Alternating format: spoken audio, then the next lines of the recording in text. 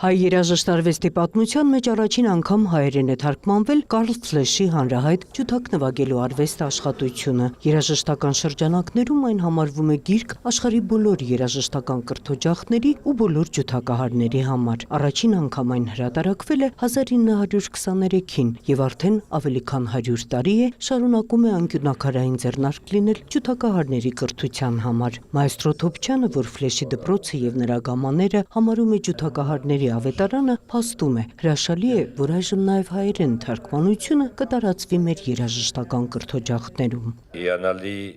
գիրք է բոլոր նրանց համար, ովքեր ուզում են լավ ջութակ նվագել։ Ես կարծում եմ, որ շուտով կհայտնվի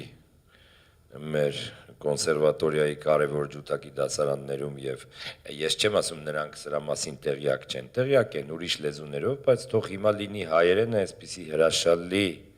տպագրությամբ Բերլինում արված։ Նախագիծն իրականացրել է Primavera Foundation-ը, Armenia բարեգործական հիմնադրամը ազգային ֆիլհարմոնիկ նվագախմբի հետ համատեղ։ Ծրագիրն իրականություն է դարձել Ամարյան բարեգործական հիմնադրամի աջակցությամբ։ Առաջին տպաքանակի 300 օրինակները բացառապես անվճար կտրամադրվեն Երևանյան կոնսերվատորիային եւ երաժշտական կրթօջախներին։ Կես տարուց ավելի շարունակված ծրագիրը տքնաջան աշխատանքի արդյունք է։ В этом проекте, который длился 8 месяцев. Այս նախագծում, որը տևեց 8 ամիս, շատ բան կարող էր չստացվել։ Մենք կարող էինք չունենալ մի թարգմանիչ, որն ազատ տիրապետում է 3 լեզուների եւ պրոֆեսորի կարգավիճակ ունի։ Կարող էինք միջոցներ չգտնել հրատարակության համար, բայց սա տևական պրոցես էր, որն իրականացավ նվիրյալների շնորհիվ։ Ջութակ նվագելու արվեստի նոր հրատարակությունը խմբագրել են Մաքսիմիլիան Սիմոնը եւ Նադին Կոնտինին։ Այն գերմաներենից հայերեն է թարգմանել եւ խմբագրել ջութակահար Դեթմոլտի կոնսերվատորիայի պրոֆեսոր Արամ Բադալյանը եւ այժմ Ֆլեշն ավելի արդիական եւ մատչելի լեզվով կհնչի նաեւ հայերեն։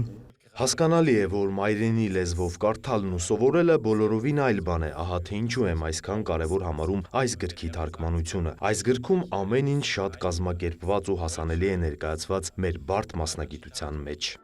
Եվ ի նշանավորումն այս կարևոր իրադարձության դեկտեմբերի 24-ին Խաչատրյան համերգասրահում Մայստրո Թոփչյանի ղեկավարությամբ տեղի կունենա համերգ, որի մենակատարներն են Մաքսիմիլիան Սիմոնը եւ Արամ Բադալյանը։ Համերգի խորագիրն էլ խորհրդանշական է՝ ջութակ նվագելու արվեստը։